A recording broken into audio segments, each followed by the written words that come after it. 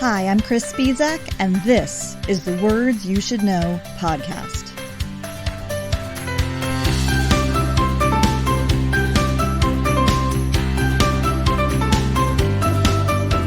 A few stolen minutes out of your day to talk words and communication, because our daily lives are surrounded by the evolution and influence of words.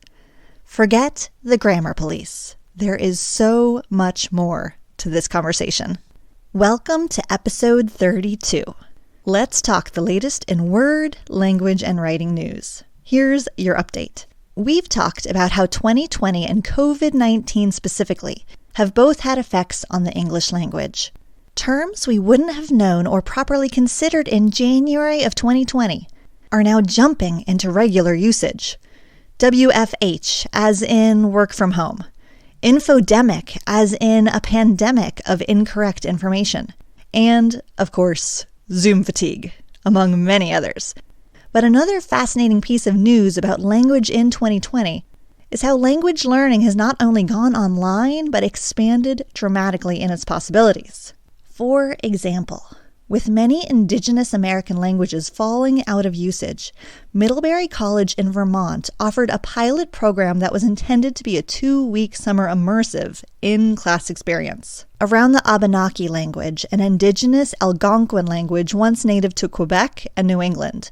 And listeners, if you can correct my pronunciation, I encourage you to please send me a note. Now, many have been concerned that the majority of the native speakers of this language have slowly been passing away, while English has been encouraged for younger generations. But because of the surge in virtual teaching possibilities during the pandemic, a class that was meant to be in the classroom now has 2 to 4 requests per day and has gone virtual, which means anyone, anywhere, has the potential to take it. Online classes allow for new possibilities, and students from the Abenaki communities around Canada, the US, and even Europe are now getting involved. The community has further connected, and the Abenaki language has come alive in many ways again. So there's a win for 2020. Of course, many other indigenous languages which have been on the brink of extinction have been further threatened by the coronavirus era. When the few speakers left of a language are all community elders, those most at risk of disease are the carriers of language. The language of an indigenous tribe in the Amazon rainforest is one of the languages on the verge of being lost, and the coronavirus has been hitting this population hard. More details on this and all of these indigenous language stories in relation to coronavirus are in my show notes. An interesting twist to the language preservation stories of 2020 is the invention of a new algorithm out of MIT that not only deciphers lost languages, but also can identify relationships between different little understood language systems. It's been said that most of the languages that humans have spoken have disappeared, and that of those we speak today across Earth, half are expected to vanish in the next 100 years. Just take that in for a moment. Half of the languages spoken on Earth today. There's a lot to think about in the world today, but this is a news item little discussed. Why not use it as a conversation starter at the beginning of your next Zoom call? Oh no, now you're thinking about Zoom fatigue again. Sorry about that. Moving on to English language history and trivia. There are so many topics I want to cover in this section of the Words You Should Know podcast, because words surround us every day. Spoken words, written words, digital words, artificially intelligent words. I don't know, go with it. I keep finding myself asking, how come? How come? How come?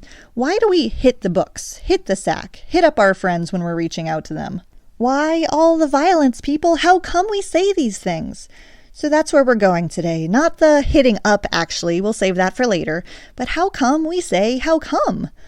Now, this one's interesting because it's another example of a longer phrase that's been tightened over the centuries. What was once how did it come about that, or how comes it, has evolved into the how come we know today.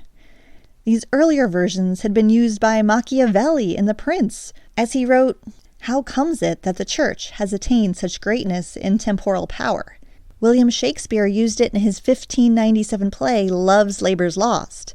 "How come you thus estranged?" Herman Melville used it in his lesser-known White Jacket, also known as The World in a Man of War. He wrote, "How came you here at the guns of North Carolina?" I could go on, but I won't. It's all over the place in old writing. But as words have evolved and the fittest and often most succinct have survived, how comes it, and how did it come about that, transformed into simply how come. My favorite old usage along this linguistic trail is an old hyphenated adjective phrase, how come you so, meaning intoxicated. Oh wow, you had a bit too much of that IPA and you were a bit how come you so last night. I love it. Thank you to Merriam-Webster for that one. And yes, how come can pretty much mean why for all intents and purposes sometimes, which is always interesting because we do already have a word for that. So how come we need another? Why is that? How come, oh, English language, you're kind of funny sometimes, but you're going strong, if not always logical. Speaking of old words and old expressions, here's today's language challenge for you. How do you spell linchpin? A court case, a chemical compound, a maniacal scheme. These can all have linchpins, an essential component of the whole, something without which everything else will fall apart. But how do you spell it? L-Y-N-C-H-P-I-N or L-I-N-C-H-P-I-N?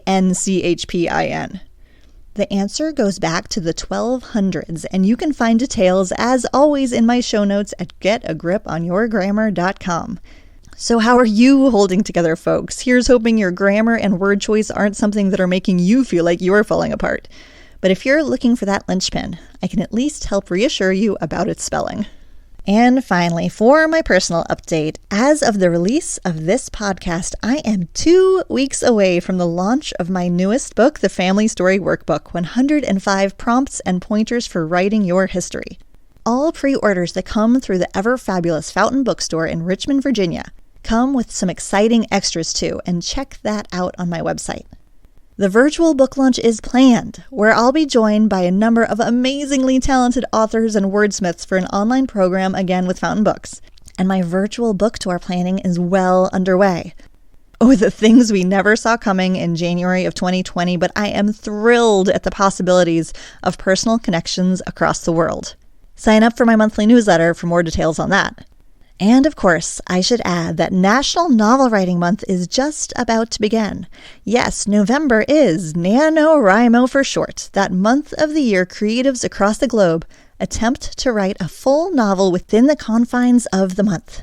I love the push, and of course I am cheering everyone on and will be sharing lots of writing tips for my book, The Novel Editing Workbook, on Twitter and beyond. We talked a lot of lost languages at the start of this episode, but I want to take a moment to speak of lost stories. The ones you always wanted to write down. The ones you always wanted to complete. The ones, true or fictional, that you always wanted to tell. What better time than now, folks? Lost languages and lost stories, we can get to work on that in our own little ways. How come? Because it's simply what we're meant to do.